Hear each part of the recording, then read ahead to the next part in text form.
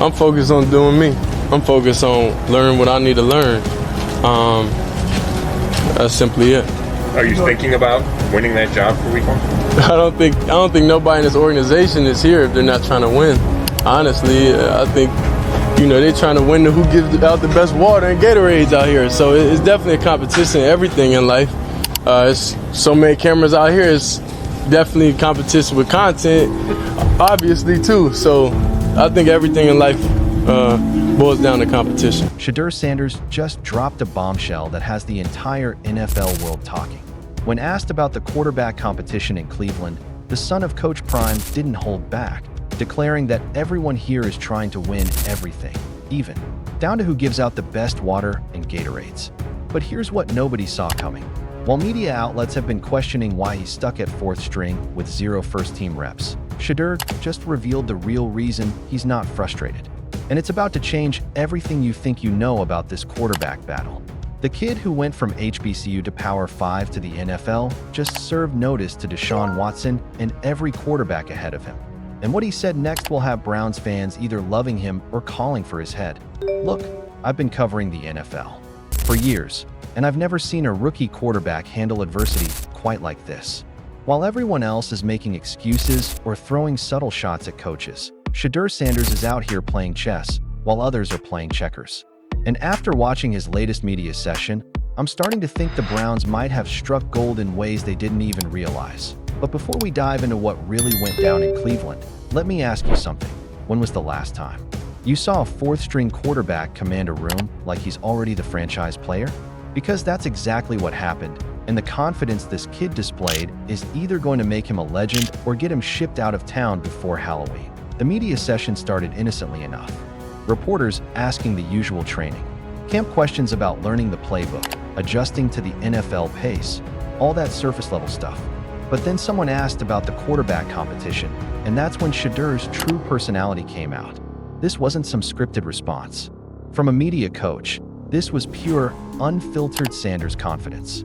I don't think nobody in this organization is here if they're not trying to win, he said, and you could hear the conviction in his voice. But then he took it a step further, and this is where it gets interesting.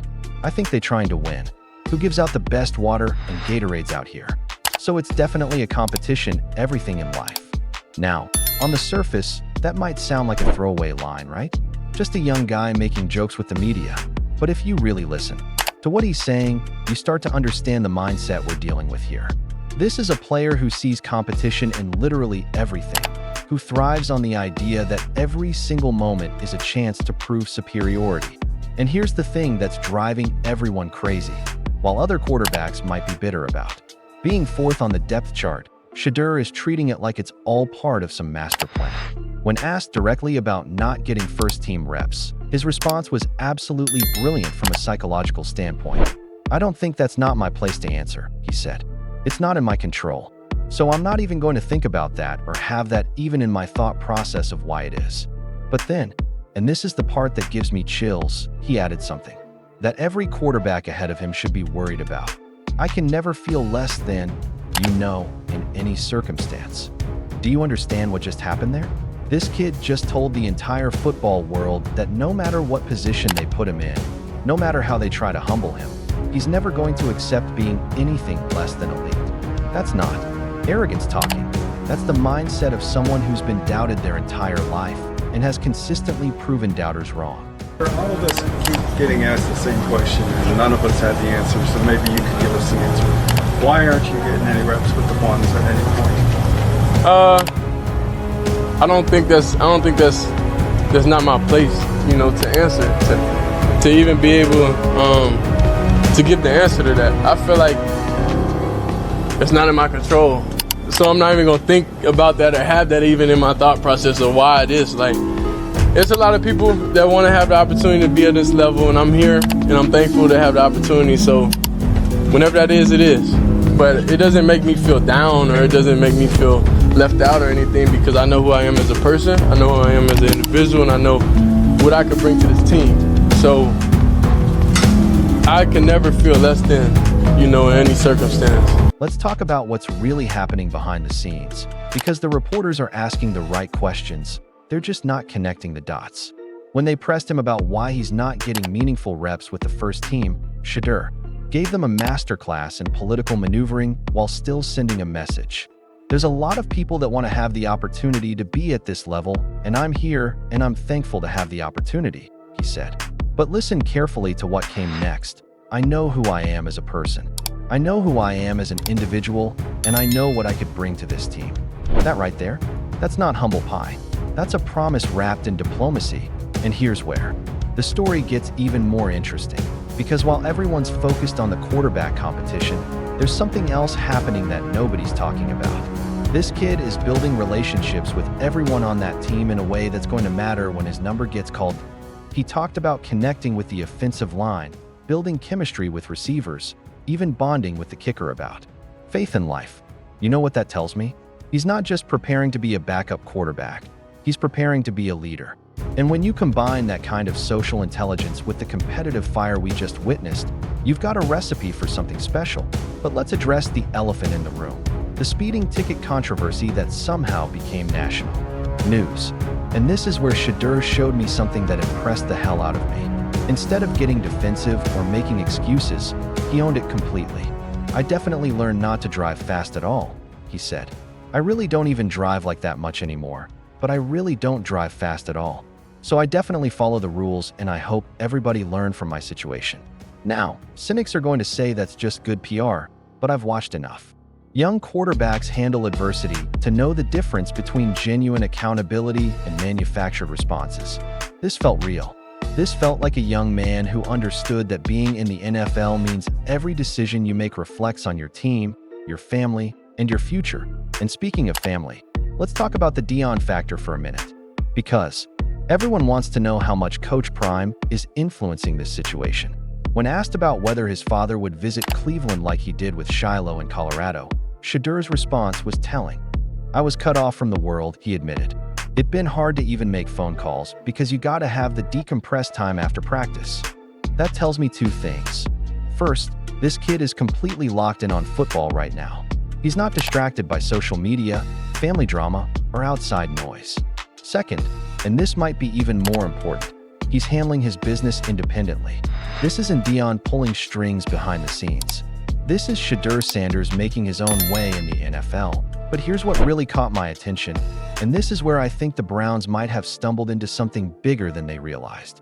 When reporters asked about his preparation routine, about how he's maximizing limited reps, Shedeur gave them a glimpse into the mind of someone who's been preparing for this moment his entire life.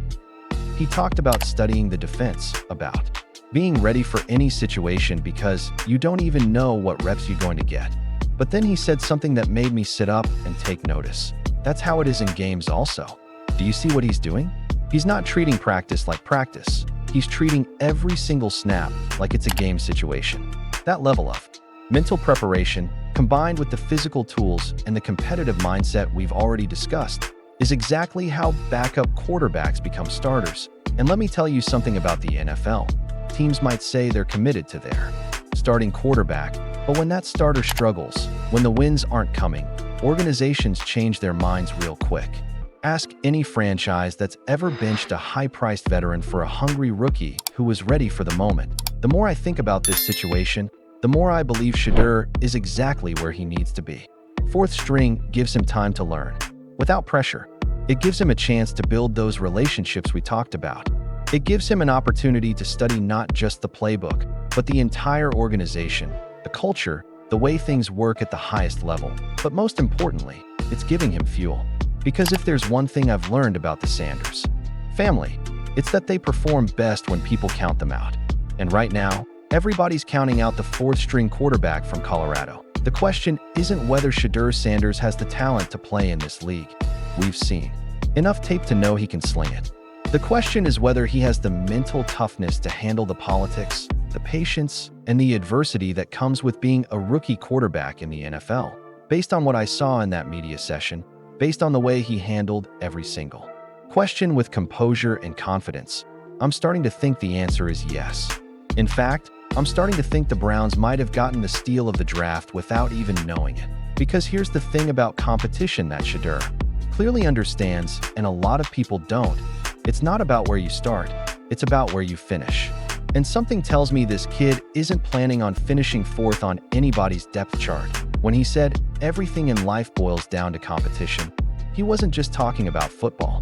He was talking about a philosophy, a way of approaching every single day with the mindset that someone, somewhere, is trying to take what you want, and your job is to make sure they can't.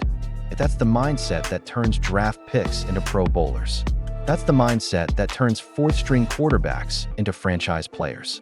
And if I'm being completely honest, that's the mindset that's going to make Deshaun Watson very, very nervous as this season progresses. Because while Watson is dealing with off-field issues and trying to prove he's still elite after time away from the game, Shedeur Sanders is in the building every day, getting better, building relationships, and preparing for his moment. And when that moment comes, not if, but when, he's going to be ready. The kid from Colorado just declared war on the entire quarterback room, and he did it with a smile on his face and respect in his voice. That's the most dangerous kind of competitor, the one who beats you while making you think he's just happy to be there. So here's my question for you. Are we watching the beginning of another Sanders success story, or is Shedeur about to learn that the NFL is different from every other level he's conquered? And more importantly, how long before Browns fans start chanting his name when things get tough? Drop your thoughts in the comments below, hit that subscribe button if you want more insider analysis like this, and let me know, do you think Shedeur Sanders is going to shock the world this season, or is he just another overhyped rookie who's about to get humbled by the league? Because something tells me we're about to find out, and it's going to be must-watch television either way.